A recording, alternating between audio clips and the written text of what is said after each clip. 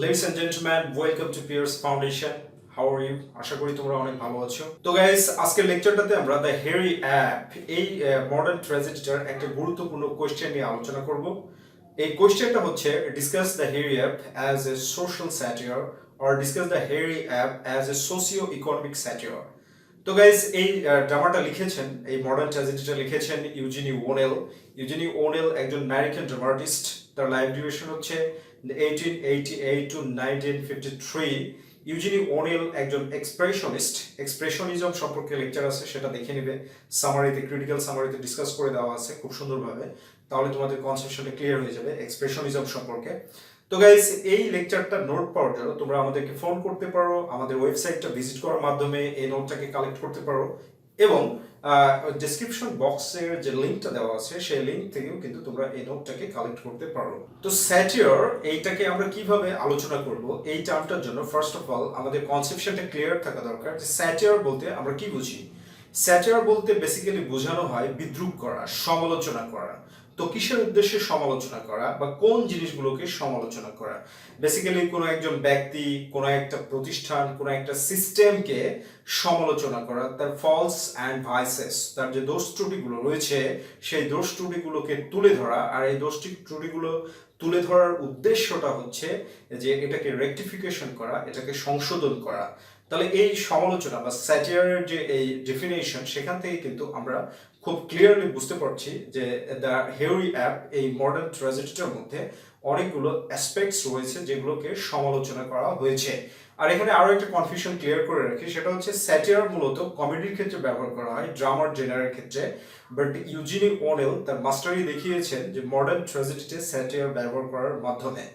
তো first point এর জন্য আমরা যেটা নিয়ে আসতে পারি সেটা হচ্ছে psychological aspects of modern people. This is very much important. তো সাইকোলজিক্যাল অ্যাসপেক্টসটাকে বা যে মানসিক, একটা মানুষের যে বিভিন্ন দৃষ্টিভঙ্গি থাকে, একটা সমাজের মানুষের যে বিভিন্ন দৃষ্টিভঙ্গি থাকে, সেই দৃষ্টিভঙ্গিকে ইউজিনি ওনেল এই দ্য হেরি অ্যাপ এই মডার্ন ট্র্যাজেডিটাতে সমালোচনা করেছেন। তো এর জন্য তিনি কয়েকটা দিক উল্লেখ করেছেন, সেগুলোকে আমরা পয়েন্ট আউট করে আলোচনা করতে পারি। আর আলোচনা করলে আমাদের কনসেপশনটা পুরোপুরি ক্লিয়ার হয়ে যাবে। তো ফার্স্ট যেটা দেখানো হয়েছে সাইকোলজিক্যাল অ্যাসপেক্টস, সেটা হচ্ছে যে অ্যানিমালিস্টিক নেচার আর passionless nature of human being, এটাকে সমালোচনা করা হয়েছে। এখানে ওয়ার্কিং ক্লাস এবং ক্যাপিটালিস্ট ক্লাস, দুই ক্লাসের মানুষেরাই কিন্তু প্যাশনলেস হয়ে গিয়েছে। ক্যাপিটালিস্ট ক্লাসটা প্যাশনলেস হয়েছে, এর কারণ হচ্ছে প্যাশন তাদের মধ্যে নেই, শুধু টাকা পয়সার জন্য তারা প্যাশন, হিউম্যান প্যাশন বলতে যেটা বোঝানো হয় সেই প্যাশনটা কিন্তু সম্পূর্ণরূপে অনুপস্থিত। এবং এটা এই ওয়ার্কিং ক্লাসের মধ্যেও অনুপস্থিত প্যাশনটা, তারা স্ট্রাগল করছে, বাট হিউম্যান প্যাশন বলে এখানে কিছু নেই। আমাদের যে সেন্ট্রাল ক্যারেক্টার এই ট্র্যাজেডিটার, তার নাম কি হচ্ছে ইয়াংকের মাধ্যমে কিন্তু এটাকে বোঝানো হয়েছে বা দেখানো হয়েছে বা সমালোচনা করা হয়েছে। যখন শিপের একজন স্টকার্স আর কো ওয়ার্কার, সেন্টিমেন্টাল ড্রাঙ্কেন স্টকার, সে যখন গান গাইতে শুরু করে, ফার অ্যাওয়ে ইন কানাডা, এই গানটা যখন গাইতে শুরু করে, তখন কিন্তু ইয়াং তাকে খুব জোর করে ফোর্সফুলি কিন্তু বলে শাট আপ, তাকে বন্ধ করিয়ে দেয়। এই যে এইভাবে যে প্যাশনলেস, সেন্টিমেন্টলেস, এটা যে মেশিন লাইক হিউম্যান বিংস, সেটাকে দেখানো হয়েছে। আরো একটা রেফারেন্স এখানে দেওয়া যেতে পারে যে ডগলাস মিলড্রেড কিন্তু ইয়াংকে ফিল দি বিস্ট বলে গালি দেয়। এই ফিল দি বিস্ট আসলে এখানে বিষয়টা যেটা, একটা মানুষের মন মানসিকতা যেরকম, সেই ধরনের চিন্তা চেতনা বা গালিগালাজ কিন্তু প্রকাশ করে থাকে। অ্যাজ ফর এক্সাম্পল, একজন পায়াস পার্সন, একজন ধার্মিক মানুষ কিন্তু কাউকে গালি দিতে পারে না। আবার একজন কিন্তু এই যে এখানে ডগলাস মিলড্রেডের যে এই গালি দেওয়া, সেটার মাধ্যমে কিন্তু অ্যানিমালিস্টিক নেচারটাকে প্রেজেন্ট করা হচ্ছে। তো এখান থেকে সাইকোলজিক্যাল অ্যাসপেক্টস এর মধ্যে প্রথম পয়েন্ট আমরা যেটা পাচ্ছি সেটা হচ্ছে প্যাশনলেস আর অ্যানিমালিস্টিক নেচার, এটাকে সমালোচনা করা হয়েছে। মানুষের বাঁচার জন্য সম্পদের পাশাপাশি আবেগ, অনুভূতি, মানবিক যে কোয়ালিটিগুলো থাকা দরকার সেগুলো আবশ্যক, এই বিষয়টাকে ইউজিনি ওনেল উপস্থাপন করেছেন। সাইকোলজিক্যাল অ্যাসপেক্টস এর যদি সেকেন্ড পয়েন্টে আসি, তাহলে যেটা দাঁড়াবে সেটা হচ্ছে practice of power or exploitation. এই হচ্ছে বিষয়, যে প্র্যাকটিস অফ পাওয়ারটাকে দেখানো হয়েছে, যে ক্যাপিটালিস্টরা কি করছে, মানুষকে শাসন করছে, সৎ ব্যবহার করছে।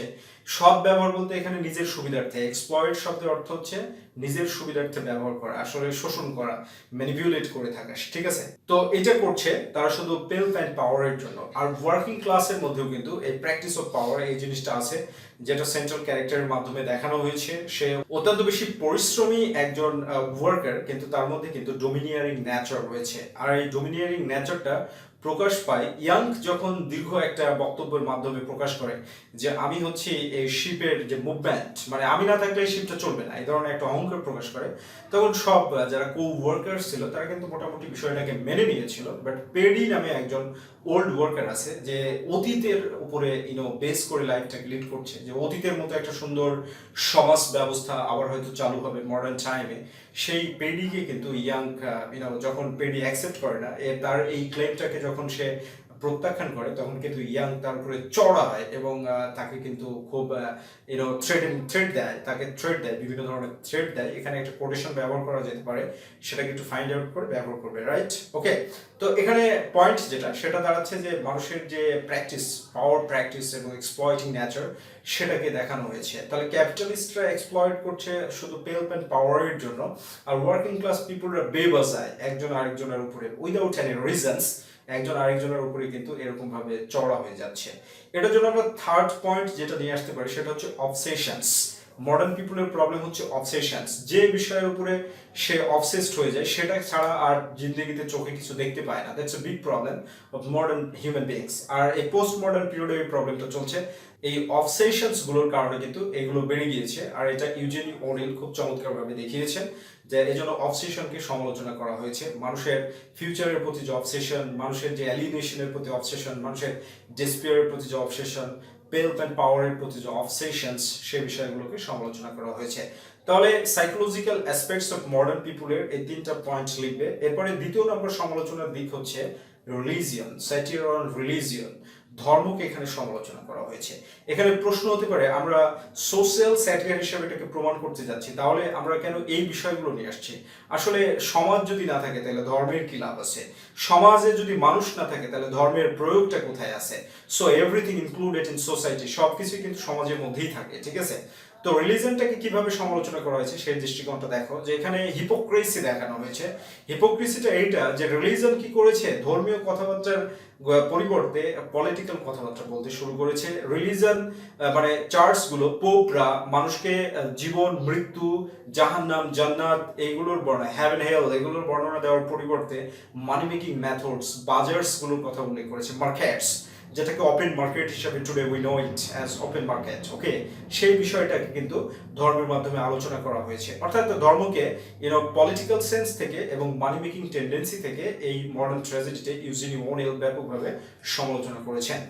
লাস্ট পয়েন্ট আমরা এখানে যেটা দেখতে পাই, আরো কিছু পয়েন্ট রয়েছে বাট কোশ্চেন বেবাজায় বড় হয়ে যাবে, তোমরা লিখতে পারবে না, যার কারণে এগুলো এইভাবে তুলে ধরছি। তোমরা আরেকটু অ্যাড করে নেবে, তাহলে আরো বেশি ভালো হবে।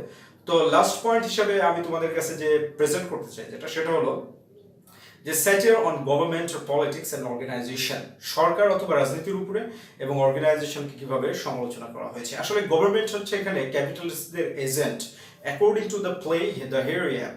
কারণ ইউজিনি ওনিল এটা বোঝাচ্ছে ধর্ম এবং সরকার ইকুয়ালি কিন্তু এই গডি ম্যারিওনেটস, এই ফ্রেজটা দ্বারা বোঝানো হয় হচ্ছে জাকালো পুতুল। এই জাকালো পুতুল বলতে ক্যাপিটালিস্টদেরকে বোঝানো হচ্ছে যে এদেরকে সুযোগ সুবিধা দিচ্ছে। আর এই বিষয়টা ড্রামার ফিফথ সিনে, ফিফথ অ্যাভিনিউ এর যে দৃশ্য সেটা থেকে শুরু হয়েছে, যে এখানে ইয়াং লং এর সাথে যায় সেখানে তার প্রতিশোধ নেওয়ার জন্য, মিলড্রেডকে খোঁজার জন্য, এবং বেবাজায় সে ক্যাপিটালিস্টদের উপরে চড়া হয়, তাদেরকে মারধর শুরু করে। তখন এই ক্যাপিটালিস্ট শ্রেণী কিন্তু ইয়াংকে শুধু একটা কথাই বলছিল, আই বেগ ইউর প্যারডন, আমি মানে ক্ষমা চাচ্ছি, আপনি কেন মারছেন, এই বিষয়গুলো। কিন্তু পুলিশ যে এজেন্ট সে এসে কি করলো, ইয়াংকে ধরে নিয়ে গেল এবং নিয়ে তাকে জেলে দেওয়া হলো। আর জেলখানাটার নাম কি, ব্ল্যাকওয়েলস আইল্যান্ড। ব্ল্যাকওয়েলস আইল্যান্ডের এই জেলখানায় ইয়াং এক মাস জেল খাটলো। এখানেও তাকে বিভিন্নভাবে নির্যাতিত হতে হয়েছে। তো এইভাবে যে পুলিশ ইরেশনালিটি সেটাকে সমালোচনা করা হয়েছে এবং নাটকের শেষ দিকেও এই বিষয়টা আমরা পাবো। এরপর অর্গানাইজেশন যদি বলা হয় তাহলে IWW stands for industrial workers of the world. Industrial workers of the world এটা একটা সংস্থা, ইউনাইটেড স্টেটস অফ আমেরিকাতে এটা 1850 সালে প্রতিষ্ঠিত হয়েছিল।